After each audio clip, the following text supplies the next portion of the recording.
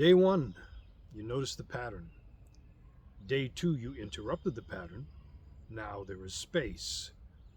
And this is where many people stop.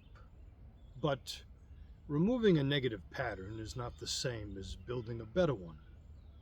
That space must be used wisely. Why replacement matters. The mind tends to return to what is familiar. The old story, the old reaction, the old habit. Not because you're weak, because familiar patterns are easier to repeat. That's why interruption alone is not enough. The pattern must be replaced. How to replace the pattern?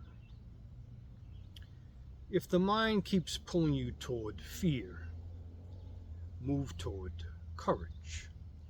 If it keeps pulling you toward excuses, move toward action.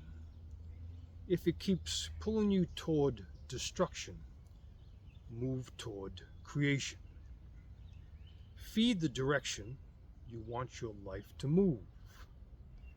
Learn something, build something, train for something, work toward something.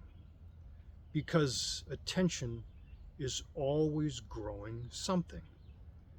And when you stop strengthening the old pattern and start strengthening a better one, the mind slowly learns a new path. And eventually, what once required effort becomes the new normal.